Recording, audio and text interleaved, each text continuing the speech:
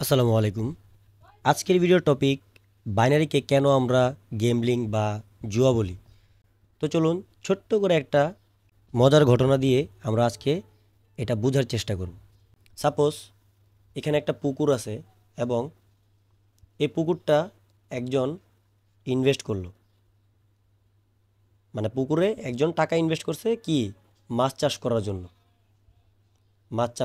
আচ্ছা, এই মাছটা যখন সে চাষ করলো, তো যখন মাছগুলো বড় হয়েছে সে তার এই পুকুরটার এখন একটা নির্দিষ্ট একটা মান আছে। মান তো বুঝতে পারছেন।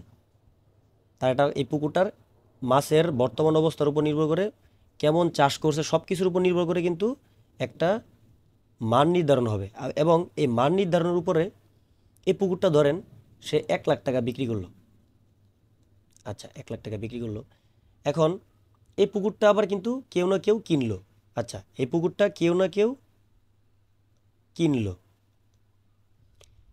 তো যিনি কিনলো তিনি কিন্তু পুকুরটা কিনে নাই, শুধু মাছগুলা কিনছে। ঠিক আছে, অর্থাৎ সে একটা টাকা ইনভেস্টরকে দিছে এবং ইনভেস্টর তাকে শুধুমাত্র মাছগুলা দিছে। ঠিক আছে, এবার যিনি কিনছে তার কিন্তু হয়তো লাভ হবে অথবা ক্ষতি হবে। ঠিক আছে, লাভ অথবা ক্ষতিটা হবে কখন? সে যখন এই পুকুরটা একটা প্রেডিকশন করার পরে কিনছে। ঠিক আছে, তো তার কিন্তু লস হলে কিন্তু পুরো টাকাটা লস হয়ে যাবে না। সে যে ইনভেস্টটা করলো 1 লাখ টাকা, এই ইনভেস্টের পুরো 1 লাখ টাকা কিন্তু লস হবে না।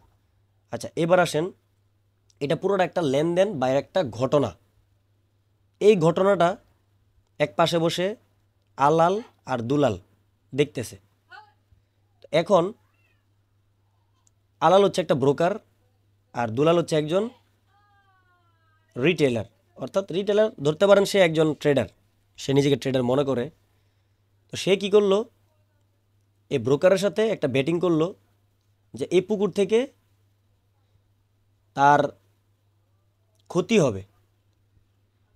হবে। তার মানে কি, মাছ, এই লোকটা আনুমানিক মনে করছিল যে আমি 1 লাখ টাকাতে মাছ কিনছি, আমার প্রায় দেখা গেছে 1 লাখ টাকা দিয়ে কিনছি, আমার এটার উপরে মাছ মানে যত উপরে যাবো তত আমার প্রফিট থাকবে। হ্যাঁ, এটা কে মনে করছে? যে কিনছে। এবার এই রিটেলার কি করছে, তার এটার উপর একটা প্রেডিকশন দিল যে না, তার ক্ষতি হবে, তার মানে টাকা ক্ষতি হবে। কত টাকা ক্ষতি হবে এটা দেখার দরকার নাই, এই 1 লাখ টাকার থেকে তার ক্ষতি হবে। আর ব্রোকার বলল ঠিক আছে, যদি ক্ষতি হয় তাহলে তুমি আমার সাথে কি নিয়ে ব্যাটিং করবে বলো। তো সে বলল কি, আমি তোমার সাথে 100 টাকা নিয়ে ব্যাটিং করতেছি। তো 100 টাকাতে যখন ব্যাটিংটা করলো, এই ব্যাটিংটা করার পরে ব্রোকার বলল ঠিক আছে, তোমার 100 টাকা আর আমার 100 টাকা, যদি তুমি উইন হও ঠিক আছে, তোমাকে আমি ধরেন ডাবলের থেকে কিছু কম দিল বা ডাবল দিল। ঠিক আছে, যাই হোক, ধরেন কথার কথা উইন হইলে 90 টাকা দিবে, আর প্রফিট করলে 100 টাকাই, উইন হলে সে 90% পাবে, আর লস হলে তার পুরো 100 টাকাই লস। ঠিক আছে, এখন এই যে প্রেডিকশনটা দুজন মিলে করতেছে, এটা কারা করতেছে?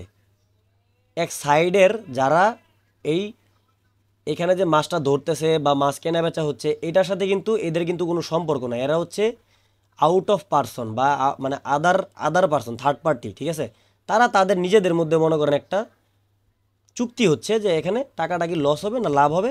ঠিক আছে, একটা প্রেডিকশন দিতেছে কিসের উপরে? এই যে তাদের লাভ লসটা আছে, তাদের লাভ লসের উপরে, তাদের মান কমা বাড়ার উপরে তারা কি করতেছে, একটা প্রেডিকশন দিয়া তারা কি করতেছে, নির্দিষ্ট সময়ের উপরে তারা ব্যাটিং করতেছে। ঠিক আছে, ব্যাটিং শব্দের অর্থ তো জানেন।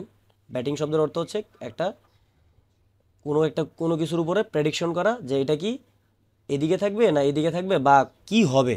ঠিক আছে, আচ্ছা, যাই হোক, তো এখন আমরা কি বুঝলাম যে এই যে দুজন এখানে তারা যে একটা ব্যাটিং করলো, এই ব্যাটিংয়ের উপর কিন্তু ব্যাটিংটা যে তারা করছে তাদের লাভ লসে বা তাদের এন্ট্রি এক্সিটে কিন্তু এদের কিন্তু কোনো লাভ লস হচ্ছে না, তারা তাদের কাজে অটুট। আর এরা ওইটা দেখে তারা তাদের নিজেরা তাদের লাভ লস তাদের নিজের।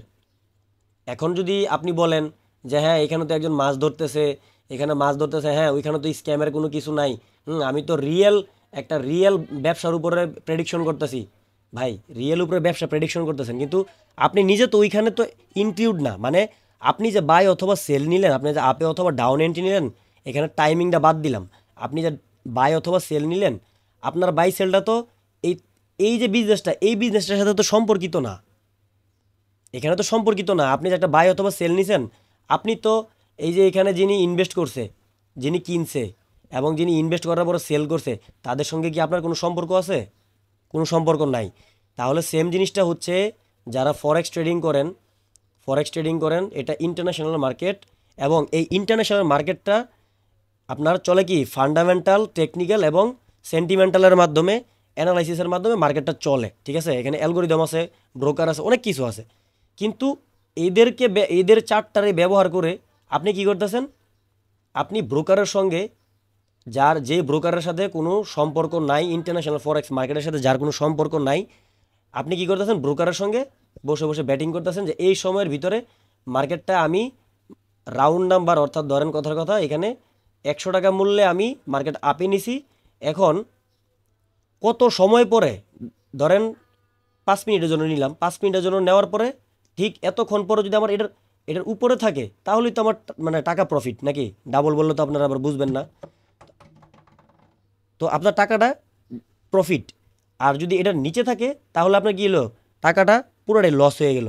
আর যদি মাঝে মাঝে থাকে, তাহলে কি হয়? আপনাদের টাকাটা ব্যাক দিয়ে দেয়। ঠিক আছে?